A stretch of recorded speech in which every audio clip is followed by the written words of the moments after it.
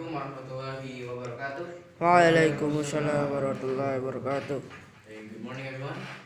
My name is Moreno Ibrahim. So I'm here to teach you all or to tell you all about our lesson today, which is the material is about religion or dini. And theme of today's material for today's lesson is Rasulullah's companion. So today we're going to talk about one of the companion of Rasulullah. So what I'll explain is the summary.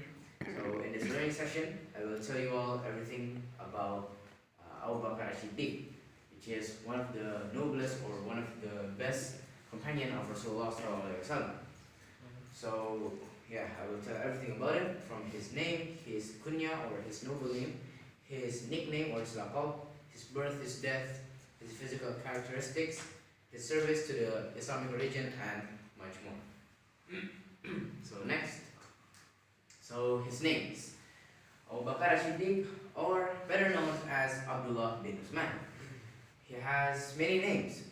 He has a noble name or his kunya, which is Abu Bakr, and his laqab or his nickname, which is what everyone back in the days called him, is as-Siddiq, and his other nickname is Atiq, which means freedom.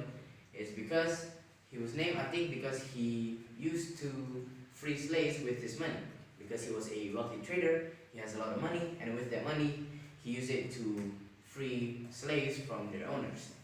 And a nickname from Allah in the Quran, Surah At-Tawbah, verse 40, the best companion, which is true. He is one of the best companion, and even Rasulullah said he was the first person that Rasulullah loved, who is a man, which is Abu Bakr.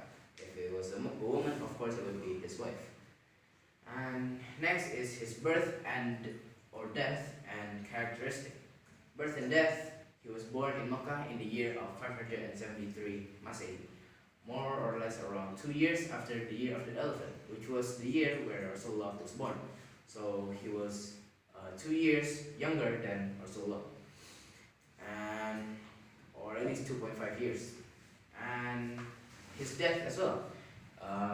He died at the same age as Rasulullah, exactly 2 years after the death of Rasulullah.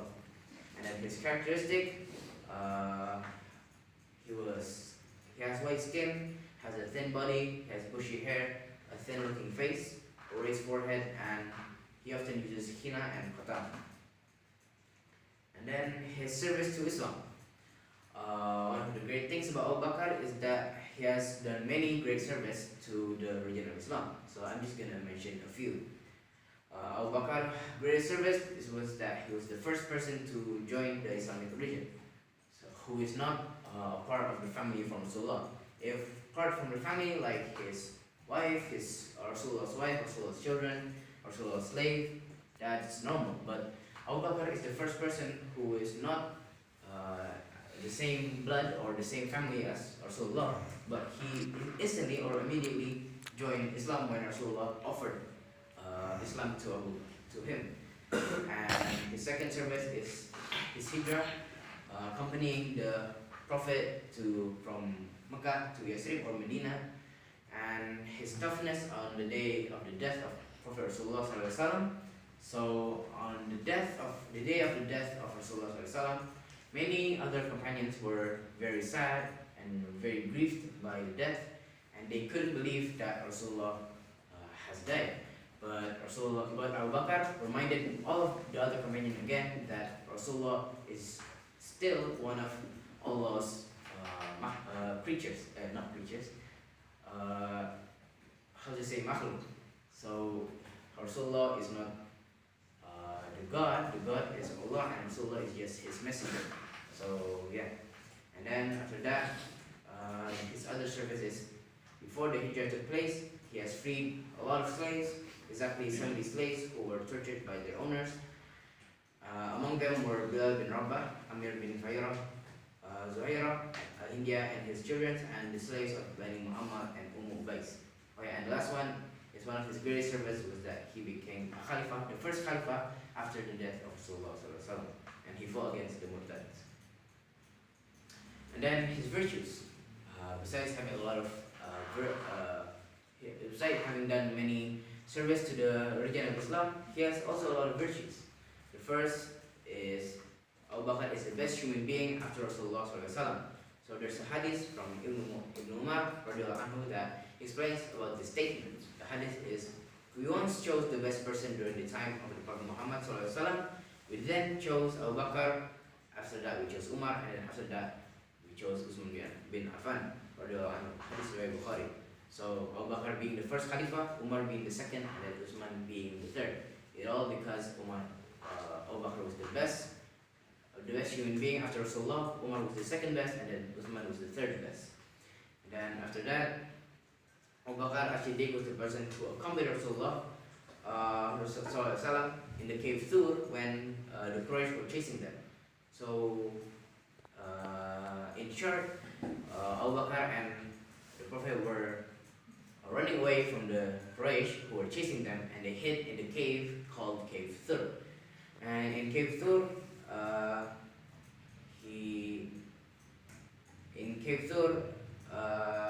Abu Bakr said to the Prophet, while in the cave, I saw the feet of the Quraysh were close to our heads. I also said to the Prophet, O Rasulullah, if any of them look down at their feet, they will see us under them. But the Prophet said, Abu Bakr, do you not know? With the two of us, the third is Allah. So there's a lot more virtues, but I guess the time is cutting a little bit short because I only have a couple of minutes. So I'm just gonna skip these virtues. You guys can search the virtues yourself in the internet or through your textbook. So the conclusion, Abu Bakr is the best human being after Rasulullah SAW, and he was chosen as the first Khalifa because of his honesty, truthfulness, and because he was the Prophet's most trustworthy person. And he has many virtues and have done many service to the Islam religion, making it what it is today.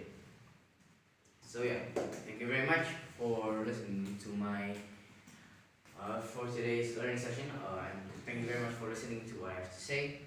I hope everything that's right comes from Allah, and everything that's wrong comes from myself and Shaitan. And I thank you very much. Wassalamualaikum warahmatullahi wabarakatuh. Waalaikumsalam warahmatullahi wabarakatuh. Last agenda, the final agenda is closing and prayer. To close the program, let us recite Alhamdulillah together. Alhamdulillahirabbil alamin. From the depths of my heart, I do apologize for my mistake in presenting this event. Thank you very much for your kind attention, and wassalamualaikum warahmatullahi wabarakatuh. Waalaikumsalam warahmatullahi wabarakatuh.